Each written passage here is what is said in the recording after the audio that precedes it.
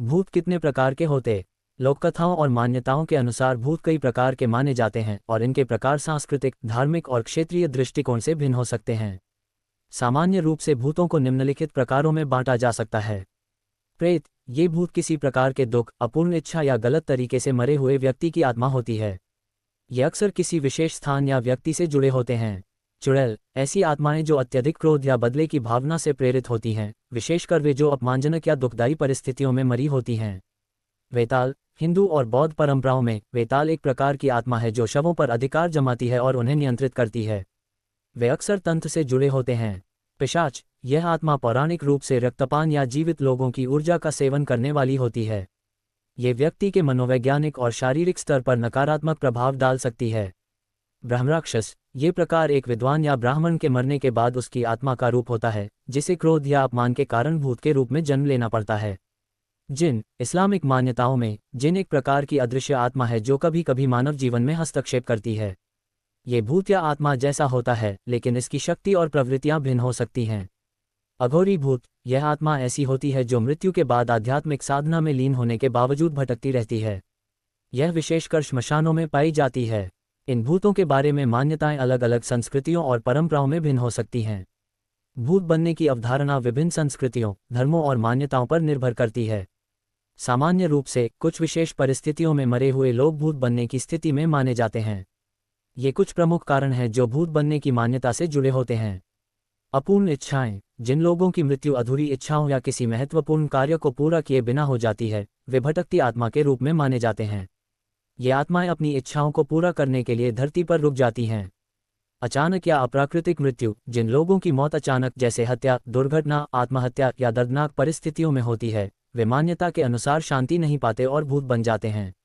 अपराध या पाप, कुछ मान्यताओं के अनुसार जिन लोगों ने जीवन में गंभीर अपराध या पाप किए होते हैं, वे मरने के बाद शांति नहीं पाते और भूत बन जाते हैं। असंस्कारित मृत्यु, जिन लोगों के अंतिम संस्कार या धार्मिक क्रियाएं सही तरीके से नहीं होती, वे भूत बनने की संभावना रखते हैं। हिंदू मान्यताओं के अनुसार मृतक की आत्मा को मुक्ति दिलाने के लिए आवश्यक संस्कार न होने पर आत्मा भटक सकती है। बदला या क्रोध, यदि किसी व्यक्ति की मृत्यु अन्यायपूर्ण तरीके से हुई है या उसके जीवन में बहुत अधिक क्रोध या नफरत थी, तो उसकी आत्मा बदले की भावना के कारण भूत बन सकती है। समय से पहले मृत्यु, यदि किसी व्यक्ति की मृत्यु उस उम्र में होती है जब सामान्यतः उसकी आयु लंबी होनी चाहिए, तो उसकी आत्मा भटकने की संभावना मानी जाती है, जैसे बच्चों या युवाओं की अकाल मृत्यु। हालांकि ये सब मान्यताओं और लोककथाओं पर आधारित है। धर्म और आध्यात्मिक दृष्टिकोण से यह माना जाता है कि आत्मा को शांति और मोक्ष पाने के लिए सही धार्मिक क्रियाओं की आवश्यकता होती है। कमुक प्रयत्नी बिना कपड़े की घूमती है हॉरर डरावनी कहानी। गांव के बाहर एक सुनसान जंगल था, जिसे लोग भूतों का जंगल कहते थे। इस जंगल के बारे में कहा जाता था कि रात के समय वहां एक स्त्री बिना कपड़ों के घूमती है। लोग उसे कामुक कहते थे। उसकी कहानी गांव में डर और सिहरन का विषय बन चुकी थी। कामुक के बारे में यह मान्यता थी कि वह एक पुरानी आत्मा है जिसे धोखे से मारा गया था। उसकी आत्मा इस जंगल में भटक रही थी और जो भी उसे देखता वह रहस्यमय तरीके से गायब हो जाता। कहा जाता था कि वह युवाओं को अपनी ओर आकर्षित करती है और उन्हें हमेशा के लिए अपने साथ ले जाती है। एक रात गांव का एक युवा लड़का रवि अपने दोस्तों के साथ जंगल के पास से गुजर रहा था। उन्होंने कामुक की कहानियां सुनी थीं, लेकिन उन्हें उस पर विश्वास नहीं था। रवि ने अपने दोस्तों को चुनौती दी कि वे जंगल के अंदर जाकर देखें कि क्या वास्तव में वहां कोई है या यह महज एक अफवाह है। रवि जंगल के अंदर चला गया। उसके दोस्त बाहर खड़े इंतजार कर रहे थे। कुछ देर बाद उन्हें हल्की सी आवाज सुनाई दी, जैसे कोई महिला हंस रही हो। रवि ने उस हंसी की दिशा में देखा। उसे एक धुंधली आकृति दिखाई दी जो धीरे धीरे उसकी ओर बढ़ रही थी। वह और पास आए और रवि को उसकी भयावह आंखें दिखाई दीं। वह वही कामुक थी जिसकी कहानियां पूरे गांव में फैली थीं। रवि डर से भागने की कोशिश करने लगा, लेकिन उसके पैर भारी हो गए थे, मानो किसी अदृश्य शक्ति ने उसे पकड़ लिया हो। कामुक उसके करीब आए और उसकी आंखों में सीधे देखते हुए बोली, तुमने मुझे देखने की हिम्मत की, अब तुम मेरे साथ रहोगे। उस रात के बाद रवि कभी गांव वापस नहीं लौटा। उसके दोस्तों ने बहुत कोशिश की उसे खोजने की, लेकिन उसका कोई निशान नहीं मिला। बस एक ठंडी हवा चलती रही और जंगल से कामुक की हंसी की गूंज सुनाई देती रही। तब से गांव के लोग उस जंगल से कोसों दूर रहते हैं। कामुक की कहानी पीढ़ी दर पीढ़ी चली आ रही है और लोग अब भी मानते हैं कि जो भी उस जंगल में जाएगा वह कामुक का शिकार बन जाएगा। कहानी कामुक प्रेतनी। गांव के बाहरी हिस्से में स्थित एक पुराना खंडहर लंबे समय से रहस्य और डर का केंद्र रहा था। इस खंडहर के बारे में लोगों का कहना था कि वहां एक प्रेतनी रहती है जिसे कामुक प्रेतनी कहा जाता था। वह बिना कपड़ों के रात में खंडहर के आसपास घूमती थी और जिसे भी देखती उसे अपनी ओर खींच लेती। कामुक प्रेतनी के बारे में कहा जाता था कि वह किसी समय की एक सुंदर युवती थी जिसका जीवन प्रेम में धोखा और विश्वासघात से बर्बाद हो गया था। उसने अपने प्रेमी की बेवफाई के कारण आत्महत्या कर ली थी और तब से उसकी आत्मा इस खंडहर में भटकती रहती थी। वह बदले की आग में जल रही थी और गांव के किसी भी युवा को अपनी ओर आकर्षित करती ताकि उसे भी उसी दर्द का एहसास हो सके जो उसने सहा था। गांव में एक युवा लड़का अर्जुन इन कहानियों पर विश्वास नहीं करता था। उसने अपने दोस्तों से सुना था कि कई लोग उस खंडहर के पास जाने के बाद कभी वापस नहीं लौटे, लेकिन अर्जुन को यह सब मात्र अंधविश्वास लगता था। वह साहसी और जिज्ञासु था और उसने ठान लिया कि वह इस रहस्य का पता लगाएगा। एक रात अर्जुन अपने दोस्तों के साथ खंडहर के पास पहुंचा। दोस्तों ने उसे मना किया पर वह उनकी बात नहीं मानता। उसने खंडहर के अंदर जाने का फैसला किया। खंडहर के अंदर घुसते ही उसे एक ठंडी हवा का झोंका महसूस हुआ और एक अजीब सी खामोशी चारों ओर छा गई। उसकी सांसें तेज हो गईं, लेकिन वह हिम्मत कर आगे बढ़ता रहा। अचानक उसे एक हल्की सी सिसकियों की आवाज़ सुनाई दी। अर्जुन ने पीछे मुड़कर देखा। वहां एक धुंधली सी आकृति धीरे धीरे उसकी ओर बढ़ रही थी।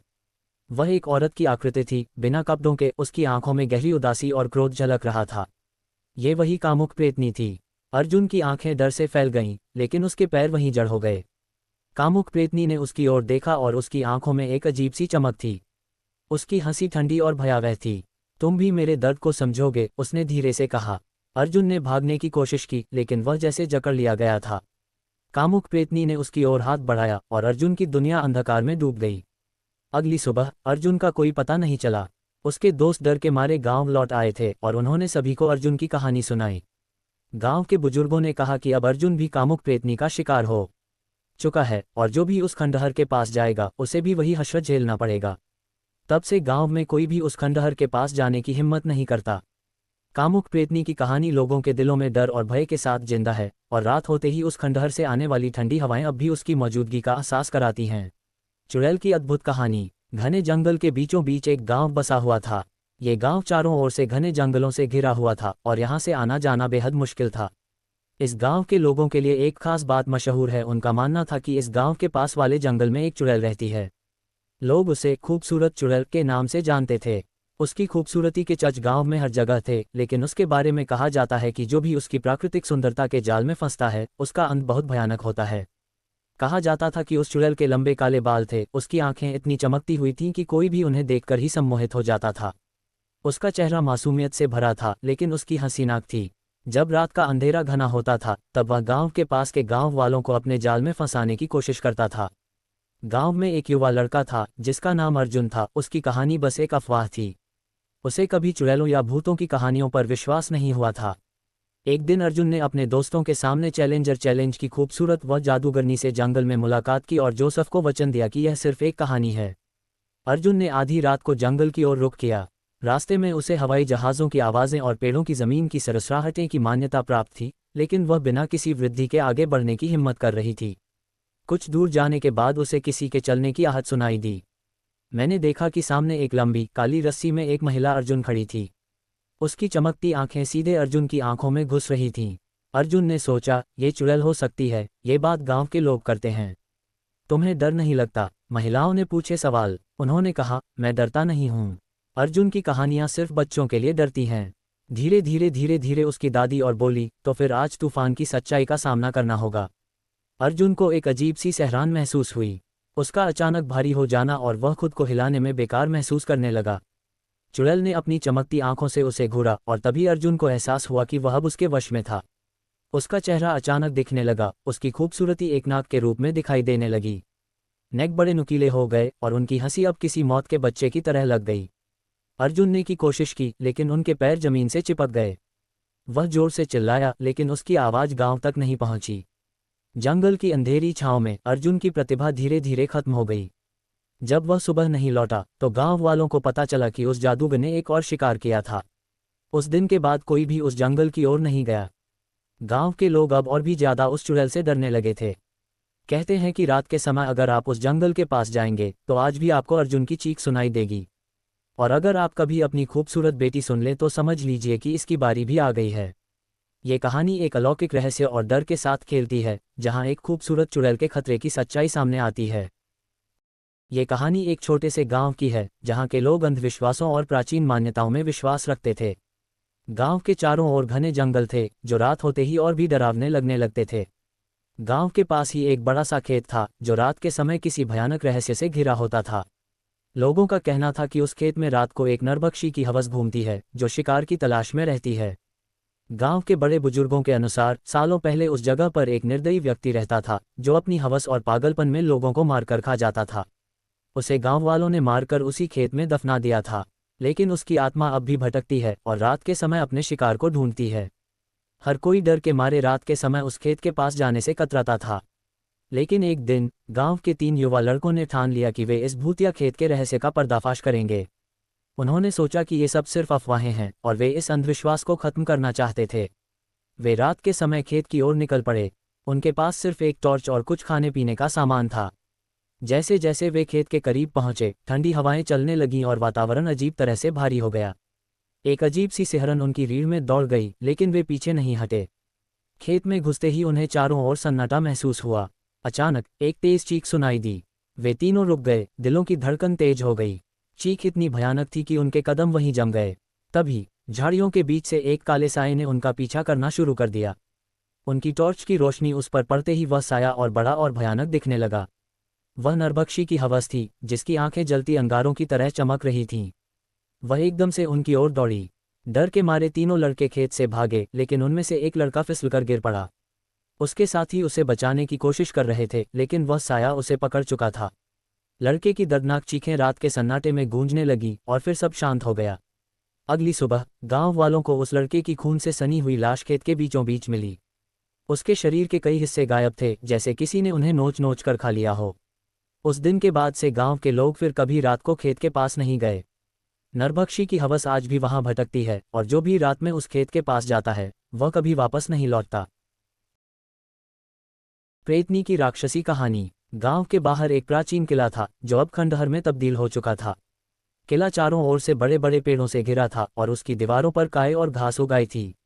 लोगों का कहना था कि यह किला पहले एक शक्तिशाली राजा का था, लेकिन कई वर्षों पहले यहाँ एक ऐसी भयानक घटना घटी थी कि अब यह किला शापित हो चुका है। इस किले के बारे में सबसे डरावनी कहानी एक प्रेतनी की थी, जिसकी आत्मा आज भी वहां राक्षसी रूप में भटकती थी। ये कहानी शुरू होती है किले में काम करने वाली एक लड़की से, जिसका नाम चंपा था। चंपा गरीब थी, लेकिन उसकी सुंदरता पूरे इलाके में मशहूर थी। राजा ने उसकी सुंदरता की खबर सुनी और उसे अपने महल में बुलाया। राजा अपनी ताकत और शक्ति के नशे में था और उसने चंपा से जबरदस्ती करने की कोशिश की। चंपा ने उसका विरोध किया, लेकिन राजा ने उसकी बातों को अनसुना कर दिया और उसे बेइज्जत किया।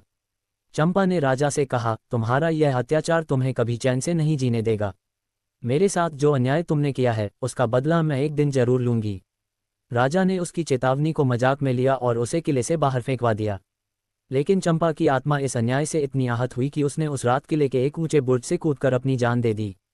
मरने के बाद उसकी आत्मा शांत नहीं हुई। वह राक्षसी रूप में वापस लौटी। धीरे धीरे लोगों ने किले के आसपास अजीब और डरावनी घटनाओं का अनुभव करना शुरू किया। रात के समय लोगों ने किले के अंदर से चिल्लाने और रोने की आवाजें सुनी। कभी कभी लोगों को किले की दीवारों पर एक सफ़ेद साड़ी पहने और खुले बालों वाली स्त्री दिखाई देती, जो अचानक गायब हो जाती थी। वह कोई और नहीं, चंपा की प्रेतनी थी, जो अब बदले की आग में जल रही थी। कहा जाता था कि जो भी रात के समय उस किले के पास जाता, उसे भयानक अनुभव होते। कई लोगों ने वहां अपने दोस्तों और रिश्तेदारों को खो दिया था। कुछ लोग तो वापस लौटते ही नहीं थे, और जो लौटते थे वे पागल हो चुके होते थे। किले में जाने का साहस कोई नहीं करता था, क्योंकि लोग जानते थे कि चंपा की प्रेतनी अब किसी दया को नहीं मानती। वह सिर्फ राक्षसी रूप में बदला लेने के लिए तैयार रहती थी। कुछ ही समय में राजा का परिवार और उसका राज्य तबाह हो गया। राजा का बेटा, जो अपने पिता की तरह ही क्रूर था, एक रात किले में गया। उसकी योजना किले को फिर से बसाने की थी, लेकिन वह कभी वापस नहीं लौटा। उसके गायब होने की रात गांव वालों ने देखा कि किले के ऊपर से आग की लपटें उठ रही हैं और चंपा की प्रेतनी का भयावह अट्टहास गूंज रहा था। उसकी हंसी इतनी डरावनी थी कि सुनने वाले लोगों के रोंगटे खड़े हो जाते थे। इस घटना के बाद गांव के बुजुर्गों ने फैसला किया कि किले के पास कोई नहीं जाएगा। उन्होंने उस जगह को शापित मान लिया और वहां जाना पूरी तरह से वर्जित कर दिया। लोगों का मानना था कि चंपा की प्रेतनी अब एक राक्षसी बन चुकी थी, जो सिर्फ मौत और विनाश चाहती थी। वह अब इंसान नहीं रही थी, बल्कि एक दानवी शक्ति में बदल चुकी थी, जो हर उस व्यक्ति को सजा देती थी जो किले के पास जाने की हिम्मत करता था। कई साल बीत गए और किला पूरी तरह से खंडहर में बदल गया। पेड़ पौधे अब उसकी दीवारों को निगल चुके थे और वहां का वातावरण पूरी तरह से भयावह हो गया था। किले की ओर जाने वाली सड़क भी अब वीरान हो चुकी थी। कोई भी उस तरफ जाने की हिम्मत नहीं करता था। लोग कहते थे कि रात के समय वहां से गुजरने पर अब भी चंपा की चीखें और उसकी हंसी सुनाई देती हैं। उसका राक्षसी चेहरा देखने की हिम्मत किसी में नहीं थी। एक दिन एक विदेशी अन्वेषक उस गांव में आया। उसे इन बातों पर विश्वास नहीं था। उसने तय किया कि वह किले के अंदर जाकर इस रहस्य को सुलझाएगा। गांव वालों ने उसे रोकने की कोशिश की, लेकिन वह नहीं माना। उसने कहा, यह सब अंधविश्वास है। मैं दिखाऊंगा कि यहाँ कोई प्रेतनी नहीं है। अन्वेषक अपने साथ कैमरे और उपकरण लेकर किले के अंदर चला गया। रात भर वह किले के अंदर रुका, लेकिन अगले दिन वह नहीं लौटा। गांव वालों ने सुबह देखा कि किले की दीवारों पर खून के धब्बे थे और किले के ऊपर काले बादल छाए हुए थे। उसके बाद से कोई भी उस किले के पास जाने की हिम्मत नहीं कर सका। अब किले की प्रेतनी और भी ज्यादा शक्तिशाली हो चुकी थी। उसकी आत्मा ने राक्षसी रूप में उन सभी को खत्म कर दिया जिन्होंने उसके साथ अन्याय किया था। चंपा की प्रेतनी अब भी किले में भटकती है और उसकी राक्षसी शक्ति का डर पूरे गांव में फैला हुआ है। संदेश: अत्याचार का बदला अक्सर भयानक रूप में लौटता है और जो न्याय नहीं करता उसे अंततः इसका दंड भुगतना पड़ता है। ये कहानी कोलकाता के बाहरी इलाके में बसे एक छोटे से गांव की है। गांव का नाम था बासंतीपुर। यहाँ एक पुरानी हवेली थी जिसे सब रायचौधरी हवेली के नाम से जानते थे। सालों से हवेली वीरान थी और कोई भी गांव वाला वहां जाने की हिम्मत नहीं करता था। इस हवेली के बारे में कहा जाता था कि वहां एक बंगाली लड़की की आत्मा भटकती है जो कई सालों पहले एक भयानक हादसे का शिकार हुई थी। कहानी की शुरुआत होती है बासंती नाम की एक लड़की से। बासंती अपनी पढ़ाई के लिए कोलकाता में रहती थी, लेकिन छुट्टियों में वह अपने गांव वापस आ गई थी। गांव के लोग उस हवेली के बारे में तरह तरह की बातें करते थे, लेकिन बासंती ने कभी इन बातों पर यकीन नहीं किया। उसे हमेशा से ही रहस्य और पुरानी कहानियों में दिलचस्पी थी। एक दिन बासंती ने ठान लिया कि वह रायचौधरी हवेली में जाकर देखेगी कि आखिर वहां ऐसा क्या है जिससे लोग डरते हैं। शाम का वक्त था, गांव में हल्की बारिश हो रही थी और ठंडी हवा बह रही थी। बासंती ने अपनी छतरी उठाई और चल पड़ी हवेली की ओर। हवेली के पास पहुंचते ही उसे एक अजीब सा सन्नाटा महसूस हुआ। चारों तरफ सिर्फ हवाओं की आवाज थी। बासंती ने कदम बढ़ाते हुए हवेली का मुख्य दरवाजा खोला, जो बहुत जोर से चरमराया। अंदर अंधेरा और सड़ांध भरी हवा थी। जैसे ही वह अंदर गई, उसे लगा कि किसी ने उसे देखा। वह चौंकी, लेकिन फिर उसने सोचा कि शायद यह उसका भ्रम है। अचानक हवेली के अंदर एक पुराने पियानो की आवाज गूंज उठी। बासंती का दिल तेजी से धड़कने लगा। उसने सोचा कि कोई उसके साथ मजाक कर रहा है, लेकिन वहां और कोई नहीं था। जैसे जैसे वह पियानो के पास पहुंची, उसे वहां एक लड़की की धुंधली परछाई दिखाई दी। वह परछाई धीरे धीरे स्पष्ट होने लगी और बासंती ने देखा कि वह एक सफ़ेद साड़ी पहने हुई बंगाली लड़की थी, जिसकी आंखों में उदासी और क्रोध भरा हुआ था। बासंती ने डरते हुए पूछा, तुम कौन हो? लड़की की आवाज में दर्द था। उसने कहा, मेरा नाम रूमा है। मैं इसी हवेली में रहती थी। बहुत साल पहले मेरे साथ एक भयानक हादसा हुआ था। मेरे परिवार वालों ने मुझे इस हवेली में बंद कर दिया था क्योंकि मैंने उनके खिलाफ जाकर शादी करने का सोचा था। उस दिन मेरी जिंदगी खत्म हो गई और मैं यहीं कैद हो गई। बासंती के रोंगटे खड़े हो गए। उसे समझ में नहीं आया कि वह क्या करे। रूमा ने आगे कहा, मुझे इस कैद से आज़ाद कर दो। मेरे परिवार वालों ने मेरे साथ अन्याय किया, मेरे प्यार को स्वीकार नहीं किया और मुझे इस हवेली में मरने के लिए छोड़ दिया। बासंती ने साहस जुटाते हुए कहा, मैं तुम्हारी मदद कैसे कर सकती हूँ? रूमा की आत्मा ने बासंती से कहा कि वह गांव के पुराने मंदिर में जाकर एक विशेष पूजा करे जिससे उसकी आत्मा को शांति मिलेगी। बासंती ने उसकी बात मानी और अगले दिन मंदिर में जाकर पूजा की। पूजा के बाद हवेली के पास एक अजीब सी रोशनी फैली और बासंती ने महसूस किया कि रूमा की आत्मा को मुक्ति मिल गई है। रूमा के जाने के बाद हवेली में कभी कोई अजीब घटना नहीं घटी। बासंती ने गांव वालों को ये कहानी सुनाई और सबको यकीन हो गया कि अब हवेली में कोई डर नहीं है। धीरे धीरे गांव के लोग वहां जाने लगे और बासंती ने अपने साहस और दयालुता से एक पुरानी आत्मा को शांति दिलाई। ये कहानी एक उदाहरण है कि किस तरह से पुरानी गलतियों और अन्याय से आत्माएं भटकती हैं और सही समय पर की गई सहायता उन्हें मुक्ति दिला सकती है। कोलकाता के एक छोटे से गांव की यह कहानी है, जहां एक लड़की रहती थी जिसका नाम था राधिका। राधिका एक सरल और मासूम लड़की थी जो अपने परिवार के साथ गांव के पास बने एक छोटे से घर में रहती थी। उसकी जिंदगी में एक ही खुशी थी, वह थी उसकी किताबें। उसे पढ़ाई से बहुत लगाव था और वह बड़े होकर शिक्षक बनना चाहती थी। राधिका के गांव में कई पुराने रीति रिवाज थे और यहाँ के लोग अब भी पुरानी मान्यताओं में विश्वास करते थे। राधिका की उम्र 18 साल हो चुकी थी और उसके माता पिता उसकी शादी की बात करने लगे थे। लेकिन राधिका का सपना कुछ और था। वह पहले पढ़ाई पूरी करना चाहती थी, नौकरी पाना चाहती थी और फिर शादी के बारे में सोचने की इच्छा रखती थी। उसके माता पिता ने गांव के जमींदार के बेटे से उसकी शादी तय कर दी। जमींदार का परिवार बहुत अमीर था और गांव के सभी लोग उनका सम्मान करते थे। लेकिन राधिका को ये रिश्ता मंजूर नहीं था। उसने अपने माता पिता से बहुत विनती की कि वह उसे पढ़ाई करने दें, लेकिन गांव के नियम और समाज के दबाव ने उसके माता पिता को मजबूर कर दिया। शादी के दिन नज़दीक आ रहे थे और राधिका का मन बेचैन था। वह खुद को एक पिंजरे में कैद महसूस कर रही थी। एक रात उसने ठान लिया कि वह इस रिश्ते को कभी स्वीकार नहीं करेगी। उसने फैसला किया कि वह गांव छोड़कर कोलकाता जाएगी और वहां अपने सपनों को पूरा करेगी। बिना किसी को कुछ बताए वह रात के अंधेरे में अपने घर से निकल पड़ी। उसके पास सिर्फ उसकी कुछ किताबें और थोड़े पैसे थे। कोलकाता पहुंचते ही राधिका को महसूस हुआ कि यह शहर उसके लिए अजनबी था। यहाँ की रफ्तार, भीड़ और शोर शराबे में वह खो गई थी। उसने एक छात्रावास में कमरा किराए पर लिया और कॉलेज में दाखिला लेने के लिए कोशिश करने लगी। धीरे धीरे उसे यहाँ एक नई जिंदगी मिली।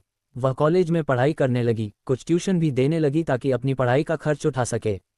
वह अपने सपनों के करीब पहुंच रही थी, लेकिन उसकी जिंदगी में एक और मोड़ आया। कॉलेज में उसकी मुलाकात रोहित नाम के एक लड़के से हुई जो बहुत ही होशियार और मददगार था।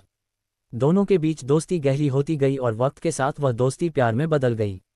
रोहित हमेशा राधिका का साथ देता और उसे प्रेरित करता कि वह अपने सपनों को पूरा करे। कुछ साल बाद राधिका ने अपनी पढ़ाई पूरी की और एक प्रतिष्ठित स्कूल में शिक्षक की नौकरी पा ली। उसका सपना अब हकीकत में बदल गया था। उसने अपने माता पिता से भी संपर्क किया और उन्हें अपनी सफलता के बारे में बताया। शुरुआत में उसके माता पिता उससे नाराज थे, लेकिन बाद में उन्होंने उसकी मेहनत और लगन को समझा और उसे माफ कर दिया। राधिका और रोहित ने शादी कर ली, लेकिन यह शादी प्यार और सम्मान की नींव पर आधारित थी, न कि समाज के दबाव पर। राधिका की कहानी गांव की लड़कियों के लिए एक मिसाल बन गई। उसने साबित किया कि अगर इंसान अपने सपनों के लिए लड़ता है और हार नहीं मानता तो उसे मंजिल जरूर मिलती है। आज राधिका अपने गांव में एक स्कूल चला रही है, जहां वह लड़कियों को पढ़ाती है और उन्हें अपने पैरों पर खड़ा होने की प्रेरणा देती है। उसकी कहानी एक प्रेरणा है कि अपने सपनों को कभी भी दबने नहीं देना चाहिए, चाहे हालात कितने भी कठिन क्यों न हों। भूत का खौफ। गांव के किनारे एक पुराना खंडहर हो चुका हवेली था। लोग कहते थे कि उस हवेली में भूत का वास था। कोई भी शाम के बाद उस ओर जाने की हिम्मत नहीं करता था। लोगों के बीच ये बात फैली थी कि वहां जाने वाले कभी वापस नहीं लौटते। रात के अंधेरे में हवेली के आसपास अजीब अजीब सी आवाजें आती थीं, कभी किसी के हंसने की, कभी रोने की। एक बार गांव के कुछ युवक इस कहानी को झूठ समझते हुए उस हवेली की सच्चाई जानने की ठानी। वे सब दोस्त, जिनमें विजय सबसे बहादुर था, आधी रात को टॉर्च लेकर हवेली की ओर चल दिए। हवेली के पास पहुंचते ही माहौल में ठंडक बढ़ गई। हवा में अजीब सी सिहरन थी, मानो कोई अदृश्य ताकत उन पर नजर रख रही हो। हवेली के भीतर घुसते ही चारों ओर अंधेरा छा गया। सभी के दिलों की धड़कनें तेज हो गईं। विजय ने हिम्मत जुटाकर आगे बढ़ने का फैसला किया, लेकिन तभी अचानक दरवाजे अपने आप बंद हो गए। अंदर से एक औरत की चीख सुनाई दी। उसकी आवाज में इतनी वेदना थी कि सभी के रोंगटे खड़े हो गए। सबके कदम जम गए और तभी एक सफेद साया उनके सामने प्रकट हुआ। उसके लंबे बाल बिखरे हुए थे और आंखों में एक अजीब चमक थी। विजय ने हिम्मत करके उससे पूछा, तुम कौन हो? भूतनी ने ठंडी आवाज में जवाब दिया, मैं इस हवेली की मालिक थी, लेकिन मेरे साथ धोखा हुआ। मुझे मारकर यहाँ दफन कर दिया गया। जब तक मुझे न्याय नहीं मिलेगा मैं इसी हवेली में भटकती रहूंगी। विजय और उसके दोस्त डर के मारे कांपने लगे। उन्होंने किसी तरह हिम्मत जुटाई और भागने की कोशिश की, लेकिन दरवाजे बंद हो चुके थे। वे फंसे हुए थे। तभी भूतनी जोर से हंसने लगी और हवेली में तेज हवा चलने लगी। चारों दोस्त डर से बेहाल हो गए, लेकिन विजय ने तय किया कि वह भूतनी की सच्चाई जानकर उसकी मदद करेगा। वह धीरे धीरे आगे बढ़ा और बोला, हम तुम्हारी मदद करेंगे। हमें बताओ कि तुम्हें किसने मारा और कैसे। भूतनी ने अपने आंसू पोंछे और कहा, मुझे मेरे ही पति ने दौलत के लिए मारा। अगर तुम उसका नाम दुनिया के सामने लाओगे तो मेरी आत्मा को शांति मिलेगी। विजय और उसके दोस्तों ने अगले दिन उस राज का पर्दाफाश किया। भूतनी की आत्मा को शांति मिली और हवेली फिर से शांत हो गई। लेकिन गांव के लोग अब भी हवेली के पास नहीं जाते, क्योंकि वे मानते हैं कि उस रात की घटना के बाद भी भूतनी कभी कभी वहां आती है, अपनी कहानी सुनाने। अंत। एक गांव में एक पुराना टूटा फूटा घर था जिसे लोग भूतिया हवेली कहते थे। कई सालों से इस घर में कोई नहीं रहता था और हर कोई इसे दूर से ही देखकर डर जाता था। लोग कहते थे कि वहाँ एक भूतिया परिवार रहता है जो रात में जागता है और जो भी घर के पास जाता है उसे गायब कर देता है। एक दिन 3 दोस्तों अजय, राकेश और सुमन ने उस घर की सच्चाई जानने का फैसला किया। वे सभी साहसी थे और इन कहानियों को सिर्फ अफवाह मानते थे। उन्होंने रात को हवेली में जाने की योजना बनाई। रात गहरी और अंधेरी थी, चांद भी बादलों के पीछे छिपा था। तीनों दोस्त टॉर्च लेकर हवेली के अंदर गए। जैसे ही उन्होंने दरवाज़ा खोला, उसे एक भयानक चीख सुनाई दी। डर के बावजूद वे अंदर चले गए। घर के अंदर अजीब सी ठंड थी और हर कोने से अजीब आवाज़ें आ रही थीं। पुराने फर्नीचर पर धूल की मोटी परत जमी हुई थी। वे जैसे जैसे आगे बढ़े, अचानक एक कमरे का दरवाज़ा अपने आप खुल गया। अंदर जाते ही उन्हें ठंडे हवा का झोंका महसूस हुआ। उस कमरे की दीवारों पर खून के निशान थे और एक पुरानी तस्वीर टंगी थी। तस्वीर में एक परिवार था, माता, पिता और 2 बच्चे। उनके चेहरों पर अजीब सी हंसी थी जो किसी को भी डरा दे। अचानक उन तस्वीरों में से एक बच्चा हिलने लगा। अजय ने घबराकर अपनी टॉर्च तस्वीर पर डाली और देखा कि बच्चा तस्वीर से बाहर निकल रहा है। तीनों दोस्त डर से कांपने लगे। बच्चे ने अपने ठंडे सफ़ेद हाथों से अजय की तरफ इशारा किया और उसकी आंखें खून जैसी लाल हो गईं। राकेश ने भागने की कोशिश की लेकिन दरवाज़ा अपने आप बंद हो गया। तभी पीछे से एक आवाज़ आई, तुमने हमारी शांति भंग की है, अब तुम्हें इसकी कीमत चुकानी पड़ेगी। तीनों ने पीछे मुड़कर देखा तो पूरा परिवार उनके सामने खड़ा था, लेकिन वे इंसान नहीं थे। उनके शरीर हवा में तैर रहे थे और उनकी आंखों से खून बह रहा था। अजय, राकेश और सुमन ने भागने की पूरी कोशिश की, लेकिन वे जैसे ही बाहर निकलने वाले थे, दरवाज़ा फिर से अपने आप बंद हो गया। अब उन्हें एहसास हुआ कि वे इस घर से कभी बाहर नहीं जा पाएंगे। हवेली में अब 3 और आत्माएं कैद हो चुकी थीं, और अगली बार जब कोई इस घर के पास से गुजरेगा, उन्हें हवेली के अंदर से किसी की चीखें सुनाई देंगी। वह भूतिया परिवार अब और भी बड़ा हो चुका था। एक समय की बात है, एक छोटे से गांव में एक पुरानी हवेली थी जिसे लोग दुर्गाविलास हवेली के नाम से जानते थे। ये हवेली कई सालों से खाली पड़ी थी और गांव वाले मानते थे कि वहां एक भूतिया परिवार का बसेरा है। किसी ने वहां कई सालों से कदम नहीं रखा था, क्योंकि कहा जाता था कि जो भी वहां जाता है वह कभी वापस नहीं आता। आसपास के लोग रात में हवेली की ओर देखना भी पसंद नहीं करते थे। हवेली का जिक्र आते ही लोग सिहर उठते थे। इस हवेली के बारे में सबसे अजीब बात यह थी कि वहां एक परिवार की परछाइयां देखी जाती थीं, एक आदमी, एक औरत और 2 छोटे बच्चे। लोग कहते थे कि यह वही परिवार है जो सालों पहले इस हवेली में रहता था और किसी रहस्यमयी दुर्घटना में मारा गया था। कुछ लोग दावा करते थे कि वे रात के समय उन परिवार के सदस्यों को हवेली की खिड़कियों से झांकते हुए देखते थे। कुछ ने अजीब सी आवाज़ें और चीखें भी सुनी थीं जो हवेली के अंदर से आती थीं। गांव में 3 दोस्त थे, विक्रम, रितेश और मोहन। वे इन कहानियों पर विश्वास नहीं करते थे और इसे महज अंधविश्वास मानते थे। विक्रम ने एक दिन कहा, अगर हम इस हवेली के अंदर जाकर सच का पता नहीं लगाएंगे तो ये डरावनी कहानियां कभी खत्म नहीं होंगी। हमें खुद जाना चाहिए और देखना चाहिए कि वहाँ क्या है। रितेश और मोहन थोड़े डरे हुए थे, लेकिन उन्होंने भी विक्रम के साहस से प्रेरित होकर उसका साथ देने का फैसला किया। अगली रात तीनों दोस्त एक योजना बनाकर दुर्गाविलास हवेली पहुंचे। उनके पास टॉर्च और कुछ पूजा के सामान थे ताकि अगर कुछ बुरा हो तो वे अपनी रक्षा कर सकें। रात का समय था, चारों ओर अंधेरा छाया हुआ था और हवाओं में अजीब सी सर्दी थी। हवेली के चारों ओर की घास जंगली और ऊंची हो चुकी थी, जैसे सालों से किसी ने इसे नहीं छुआ था। जब वे हवेली के मुख्य दरवाजे पर पहुंचे तो उसे छूते ही दरवाजा खुद ब खुद चरमराता हुआ खुल गया। अंदर का नज़ारा बेहद भयानक था। फर्श पर धूल और मकड़ियों के जाले फैले हुए थे। हर कोने में अजीब सी नमी और सड़ांध की बदबू आ रही थी। लेकिन तीनों दोस्तों ने हिम्मत नहीं हारी और अंदर चले गए। जैसे ही वे अंदर पहुंचे, उन्हें अचानक से किसी के कदमों की आवाज़ सुनाई दी। वे रुक गए और चारों ओर देखने लगे, लेकिन कोई नज़र नहीं आया। विक्रम ने कहा, शायद हमारी ही आवाज़ गूंज रही है, डरने की कोई बात नहीं। लेकिन रितेश और मोहन के चेहरे पर डर साफ दिख रहा था। हवेली के बड़े हॉल में पहुंचते ही उनकी टॉर्च अचानक बुझ गई। हॉल की दीवारों पर पुरानी तस्वीरें टंगी हुई थीं, जिनमें उस परिवार के सदस्य दिख रहे थे।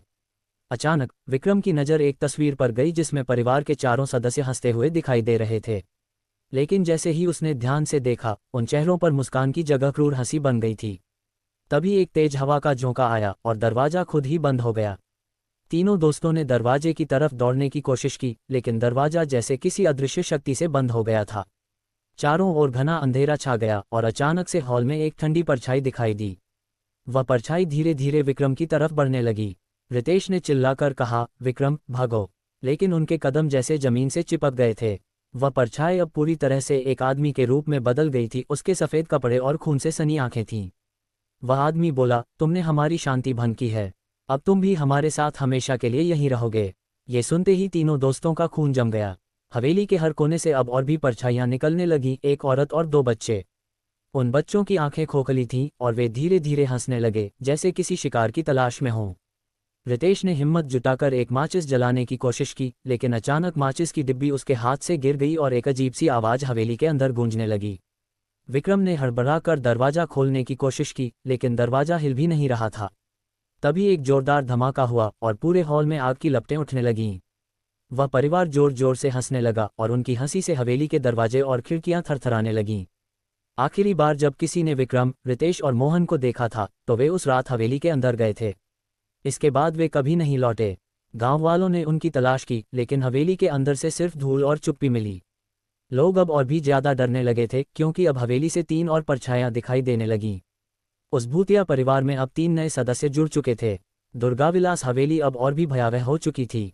लोग कहते थे कि अगर आप रात में उस हवेली के पास से गुजरें तो अंदर से किसी के चीखने और मदद की गुहार लगाने की आवाज़ें आती हैं। और जो भी उस हवेली के करीब जाता है उसे कभी वापस लौटने का मौका नहीं मिलता।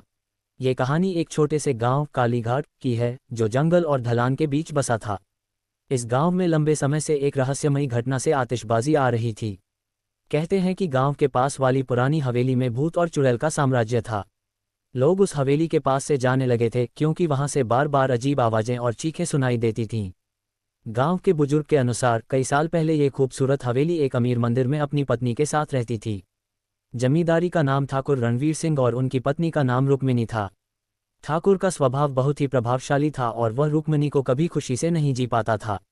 एक दिन रुक्मिणी ने ठाकुर से अलवर की थानी और गांव के एक तांत्रिक की मदद की। डॉक ने रुक्मिणी से कहा था कि अगर वह ठाकुर की आत्मा को हवेली में बांध दे तो वह हमेशा के लिए आज़ाद हो जाएगी। रुक्मिणी ने शैतान की बात मान ली और एक रात जब ठाकुर गहरी नींद में था उसने उसे मार डाला। लेकिन रुक्मिणी को यह नहीं पता था कि वो अपने घर के पास ही थी।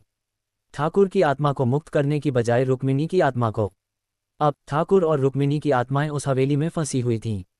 ठाकुर की आत्मा हमेशा रुक्मिणी से बदला लेने की कोशिश करती रहती है और रुक्मिणी की आत्मा हमेशा दर्द और पीड़ा में रहती है। धीरे धीरे इस हवेली को एक डरावनी जगह में बदल दिया गया, जहां ठाकुर का भूत और रुक्मिणी की चुड़ैल बनी आत्मा राज करती थी। कई प्राचीन काल तक कोई भी उस हवेली के पास नहीं गया। लेकिन एक दिन गांव के कुछ राक्षसों ने उस रहस्यमयी हवेली की सच्चाई जानने का फैसला किया। वे 5 लोग थे, अजय, रोहित, मीरा, सोनिया और विशाल। वे एक रात को साहसिक उद्यम कर हवेली की ओर बढ़े। हवेली के दरवाजे पर ही उन्हें एक अजीब ठंडी हवा का एहसास हुआ। जैसे ही वे अंदर घुसे, दरवाज़ा हवेली के अंदर की तरफ अंधेरा था और दीवारों पर पुरानी तस्वीरें डरावनी लग रही थीं। अचानक अजय ने सुना कि कोई उसका नाम पुकार रहा है। उसने मुड़कर देखा तो एक छाया उसकी ओर बढ़ रही थी। वह डर के मारे चिल्ला गया और हवेली की सभी चीज़ें एक साथ खुली और जोर की हवाएं चलीं। मीरा ने देखा कि एक जादुई महिला की दुकान के ऊपरी हिस्से में एक अजीब सी चमक थी। वह महिला रुक्मिणी की आत्मा थी, जो इन युवाओं को अपने व्यवसाय में लेना चाहती थी। विशाल की कृति पुरानी और जादुई किताब से जादुई मंत्रों का उच्चारण थी, जिसमें रुक्मिणी की आत्मा धीमी गति से पढ़ी गई थी। लेकिन ठाकुर का भूत अब सामने आ चुका था, उसकी आंखें ही बदल गई थीं। जैसे ही ठाकुर के भूत पर हमला करने के लिए आगे बढ़ाया गया, सोनिया ने एक पुरानी तलवार बनाई, जिसके बारे में कहा गया था कि यह एकमात्र संकेत आत्मा को शापित कर सकता है। सोनिया ने साहसिक कार्य तलवारों से ठाकुर के भूत युद्ध पर किया। तलवारें ही एक अलार्म स्क्रीम ग्लासी और हवेली की कीमतें हैं। ठाकुर का भूत स्मारक में बदल गया और रुक्मिणी की आत्मा भी मुक्त हो गई। हवेली प्लास्टिसिटी शांत हो गई और दरवाजे अपने आप खुल गए। गांव के लोगों ने उस रात आसमान में एक चमक देखी, जो मनो रुक्मिणी की आत्मा थी। अजय, रोहित, मीरा, सोनिया और विशाल ने हवेली से बाहर निकलकर राहत की सांस ली। उन्हें पता चला कि भूत और चुड़ैल का साम्राज्य अब खत्म हो गया है और गांव फिर से सुरक्षित हो गया है। लेकिन हवेली की यादें और उसकी राह। कहानी के अंत में हवेली वीरान हो गई, लेकिन कोई भी गांव वाला उस जगह को भूल नहीं पाया। शायद किसी को नहीं पता कि क्या शास्त्रीय ठाकुर की आत्मा पूरी तरह से खत्म हो गई थी, या फिर वह कभी वापस लौट आए। मौत का सौदा। रात का रहस्य अपने चरम पर था। गहरी धुंध में रेलवे रोड सुनसान प्लाट। समीर नाम का एक व्यक्ति अपनी कार से शहर से दूर एक सुनसान इलाके में जा रहा था। वह एक बिजनेसमैन था, जिसे हर चीज़ में डील करने की आदत थी। लेकिन आज वह ऐसी डील करने जा रहा था जिसने उसकी जिंदगी बदल दी। एक पुराना सामने का ढांचा हवेली के घर के रूप में चुकाया गया था, जिसकी खिड़कियां टूटी हुई और दरवाजे चरमराते थे। समीर को इस घर में एक रहस्यमयी शख्स से नौकरी मिली थी, जिसने उन्हें बड़ी डील का ऑफर दिया था। उस आदमी का नाम तो नहीं पता, लेकिन लोग उसे मौत का सौदागर कहते थे। समीर ने दरवाज़ा खटखटाया और एक कर्कश आवाज़ में दरवाज़ा खुला। अंदर एक आदमी था, उसकी आंखें गहरी और रहस्यमयी जगहें। समीर ने अपनी घड़ी की ओर देखा, फिर दीलगा से कहा, मैं तैयार हूँ। दिल क्या है? दीलगा मुस्कुराया, उसकी मुस्कान में एक अजीब ताला था। तुम्हें जो चाहिए वो मुझे चाहिए, लेकिन कीमत होगी आत्मा। समीर हंसा, आत्मा? ये सब रोजगार की बातें हैं। मुझे मेरे काम का दावा करना चाहिए। कीमत की चिंता मत करो। दीलगा ने एक आउटलुक और समीर से साइन करने को कहा। समीर ने बेफिक्र पर साइन किया, और सबसे पहले हवेली के अंदर एक संजीदा सन्यासी छा गया। समीर ने घबराकर चारों तरफ देखा। दरवाज़ा खुद ब खुद बंद हो गया और दीवारें पुराने स्मारकों की तरह बनी रहीं, जैसे कि समीर को गोरने स्टॉक में। अचानक एक अदृश्य हवा का रुका हुआ और समीर का शरीर कंपने लगा। दीलगर अब भी मुस्कुरा रहा था, लेकिन उसकी मुस्कान अब और गहराई और भयानक हो गई थी। कोल्ड स्वर ने कहा, सौदा पूरा हुआ, अब कुछ पास बस कुछ ही पल बचे हैं। समीर ने अपनी घड़ी की ओर देखा, उसकी सूचुट्टी की दिशा में ढलान पर थी। उसकी सांसें तेज हो गईं और उसे समझ नहीं आया कि क्या हो रहा है। तभी उसकी आंखों के सामने अंधेरा छा गया और वह जहां जमीन पर गिर गया। कुछ घंटों बाद पुलिस ने उस मंजिल की हवेली के पास से गुजरी। वहां समीर का शव मिला। आंखें खुल गईं, लेकिन उन्हें पता नहीं था। लापता था और हवेली में कोई और नहीं था। लोग अब भी उस जगह से खोजे हुए हैं। कहते हैं कि जिसने भी मौत का सौदा किया, उसका अंजाम हमेशा भयानक होता है। मौत का सौदा। साल 2000 की एक रात थी। घड़ी की सुलाई रात के 12 बजा रही जगह और शहर की सड़कें सुनसान जगह। एक पुरानी टूटी फूटी हवेली के बारे में कहा जाता है कि वहाँ कुछ अजीब घटनाएं होती हैं। उस हवेली का नाम कालभैरव हवेली था और वहाँ किसी भी इंसान का प्रवेश वर्जित माना जाता था। लेकिन रोहित एक महत्वाकांक्षी और बेपरवाह था, जो इन आरोपों पर विश्वास नहीं करता था। उसके मन में सिर्फ पैसे की चाहत थी और इसी हवेली में वह एक बड़ा था। उस रात रोहित अपने दोस्त अभय के साथ हवेली पहुंचा। हवेली के आसपास के पेड़ों से दुकानदारों के सरसराने की नोक, जंग लगी लोहे के दरवाजे की चरमराहट और दूर से अति उल्लू की आवाज़ को और भयानक बना रही थी। अभय को कुछ डर लग रहा था, लेकिन रोहित की नज़र सिर्फ उस आदमी पर पड़ी जिससे उन्हें नौकरी मिल गई। कहते हैं कि वह आदमी मौत का सौदागर था, जिसने कई लोगों की किस्मत बनाई और कई लोगों की जिंदगी बर्बाद कर दी। हवेली के अंदर घुसते ही चारों ओर अंधेरा था। अंदर एक बड़ा हॉल था जिसमें सिर्फ एक दिया जल रहा था। उसी दिए की मद्म रोशनी में सामने रखा गया था डेथल का दीलगा, सफ़ेद फूल में, और उसकी आंखों में जी। तुम्हें दिखाई नहीं देता? तुम्हें यहाँ कितनी बड़ी गलती की है? दीलगा ने एक मझोले और गूंजती आवाज में कहा। मैं यहाँ डील करने आया हूँ, डरने। दीलगा मुस्कुराया, लेकिन उसकी मुस्कान में एक खतरनाक चमक थी। उसने एक पुरानी वस्तु पुस्तक किताब निकाली और रोहित के सामने रख दी। यहाँ भाग्य का सौदा होगा, लेकिन एक शर्त है। जो भी शर्त चाहिए वह जाएगा, लेकिन बदले में शर्त अपनी संपत्ति का है। रोहित बिना सोचे समझे तैयार हो गए। उसे लगा कि ये बस एक खेल है। उसने पुस्तक पर हस्ताक्षर कर नीचे लिखा है। जैसे ही हस्ताक्षर पूरे हुए, हवेली के अंदर एक अद्भुत सी ऊर्जा दिखाई गई। चारों ओर अंधेरा घिरने लगा, दिया बुझ गया और हवेली की दीवारों से एक खौफनाक चीख निकली। अभय ने डरकर रोहित से आउट ओवर को कहा, लेकिन रोहित को अब हवेली से आउट ऑफ आर्क का कोई रास्ता नहीं दिख रहा था। हवेली के दरवाजे बंद हो गए थे और चारों ओर साए घूमने लगे थे। अचानक मर्तल का डीलर चला गया और रोहित को महसूस हुआ कि उनका शरीर धीरे धीरे धीरे धीरे टूटने लगा है। उसकी आंखों में अंधेरा छाने लगा और वह जमीन पर गिर गया। अगली सुबह हवेली के पास पुलिस ने रोहित और अभय के शव से मुलाकात की। रोहित की आंख खुल गई, लेकिन उनकी जान नहीं थी। अभय की बॉडी हवेली के अंदर जला हुआ पाया गया। हवेली के दरवाजे पर एक पुराना कागज मिला, जिस पर लिखा था, मौत का सौदा कभी भी सच्चाई से नहीं बचता। लोगों का कहना है कि जो भी उस हवेली में जाता है वहां से कभी जिंदा नहीं लौटता। कहते हैं कि रोहित की आत्मा अब भी उस हवेली में भटकती है और मौत का सौदागर नए शिकार की तलाश में। यक्षिणी की कहानी भारतीय पौराणिक कथाओं और साहित्य में महत्वपूर्ण स्थान रखती है। यक्षिणी को आमतौर पर एक शक्तिशाली अलौकिक महिला के रूप में दर्शाया गया है, जो जंगलों, पेड़ों और विशेष रूप से पेड़ों से संबंधित होती है। यक्ष और यक्षिणी दोनों ही कुदरती शक्तियों के संरक्षक होते हैं, जिन्हें धन, खजाने और पेड़ों की रक्षा करने के लिए जाना जाता है। कहानी का सार। कहानी के अनुसार एक समय की बात है जब एक राजा अपने राज्य में अमन और समृद्धि के लिए मशहूर था। लेकिन एक जंगल में एक यक्षिणी का वास था, जिसे लोगों से नफरत थी और वह किसी भी इंसान को अपने क्षेत्र में प्रवेश नहीं करने देती थी। उसने कई लोगों को अपने मोहजाल में फंसाकर उनकी जान ले ली थी। राजा को जब इस बारे में पता चला तो उसने यक्षिणी से बात करने का निश्चय किया। उसने ये जानने की कोशिश की कि वह लोगों को क्यों मार रही है। जब राजा यक्षिणी के पास पहुंचा तो उसने देखा कि यक्षिणी वास्तव में एक श्राप के कारण इस प्रकार की हो गई थी। यक्षिणी ने राजा को बताया कि वह पहले एक सुंदर राजकुमारी थी, लेकिन एक ऋषि के श्राप के कारण उसे यह रूप धारण करना पड़ा। वह तब तक श्राप मुक्त नहीं हो सकती थी जब तक कोई महान व्यक्ति उसके साथ बिना किसी भय के संवाद नहीं करता और उसकी सच्ची प्रकृति को समझने की कोशिश नहीं करता। राजा की समझदारी और दया ने यक्षिणी के श्राप को समाप्त कर दिया और वह फिर से अपने असली रूप में लौट आई। उसने राजा को आशीर्वाद दिया और वादा किया कि वह अब किसी को नुकसान नहीं पहुंचाएगी। ये कहानी यह सिखाती है कि किसी की सच्ची प्रकृति को समझने और दया और समझदारी से काम लेने से बड़े संकट का समाधान किया जा सकता है। कहानी यक्षिणी का श्राप। गांव के बाहरी इलाके में एक पुराना सुनसान जंगल था जिसके बारे में लोग अजीब कहानियां सुनाते थे। कहते थे कि उस जंगल में एक यक्षिणी का वास है जो रात के समय पेड़ों के बीच घूमती है और जो कोई भी उसके क्षेत्र में प्रवेश करता है वह कभी वापस नहीं लौटता। गांव के लोग उस जंगल से इतना डरते थे कि शाम ढलते ही जंगल के पास से भी गुजरने की हिम्मत नहीं करते थे। कहते थे कि कई साल पहले एक युवक उस जंगल में खो गया था और तब से उसकी आत्मा यक्षिणी के साथ वहां भटक रही है। एक दिन गांव में एक साहसी युवक अर्जुन अपने दोस्तों के साथ गांव आया। अर्जुन को गांव वालों की बातें सुनकर हंसी आई। उसने सोचा कि ये सिर्फ पुराने जमाने की डरावनी कहानियां हैं जिनका कोई आधार नहीं है। उसने फैसला किया कि वह इस रहस्य का पता लगाएगा। अर्जुन रात के समय अपने दोस्तों के साथ उस जंगल में जाने की ठान लेता है।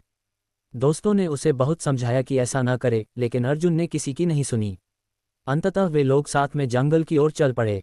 जैसे जैसे वे जंगल के अंदर जाते गए वातावरण और भारी होता गया और पेड़ों के पत्तों से अजीब सी फुसफुसाहटें आने लगीं। अचानक अर्जुन को एक ठंडी हवा का झोंका महसूस हुआ और उसे एक साया दिखाई दिया। वह साया धीरे धीरे उसकी ओर बढ़ रहा था। अर्जुन की सांसें थम गईं। वह साया एक सुंदर महिला का था, लेकिन उसकी आंखें खून से लाल थीं और चेहरा इतना विकृत था कि वह किसी भी इंसान जैसा नहीं लग रहा था। ये यक्षिणी थी। यक्षिणी ने अर्जुन की ओर देखा और अपनी भयानक हंसी में कहा, तुमने मेरी भूमि पर कदम रखा है, अब तुम्हारी आत्मा भी हमेशा के लिए यहीं कैद हो जाएगी। अर्जुन ने भागने की कोशिश की, लेकिन उसके पैर जैसे जड़ हो गए थे। यक्षिणी ने उसके चारों ओर घूमते हुए कहा, सदियों पहले मुझे यहाँ एक श्राप मिला था। जो भी इस जंगल में आता है उसकी आत्मा मुझसे बंध जाती है। तुमने मेरी चेतावनी को नजरअंदाज किया और अब तुम्हारी बारी है। अर्जुन के दोस्त चीखते हुए भाग गए, लेकिन अर्जुन अब यक्षिणी के चंगुल में था।